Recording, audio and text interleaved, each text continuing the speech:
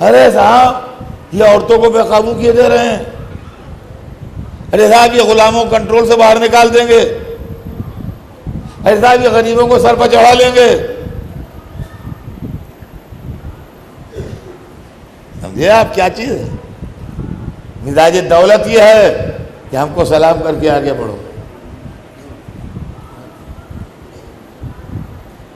मिजाज रियासत ये है जो हम कहें वो होगा। कैसे नहीं होगा?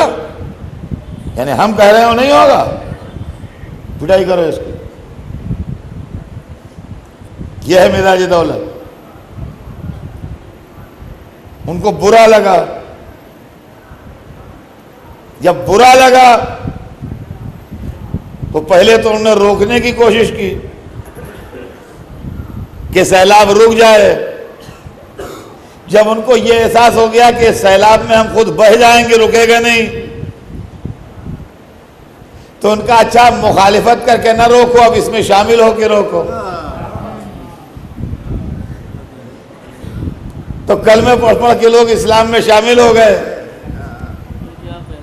और जब कलमे पढ़ पढ़ के इस्लाम में शामिल हो गए तो इस्लाम में शामिल होके अंदरूनी दुश्मन बन के मार करना शुरू कर दी। मैंने अपने बचपन में एक किताब में एक कहानी पढ़ी थी, कहानी है वो, लेकिन बहुत सबकामोश कहानी है, कि जंगल में ये इत्तला आई कि इंसान ने लोहा मालूम कर लिया है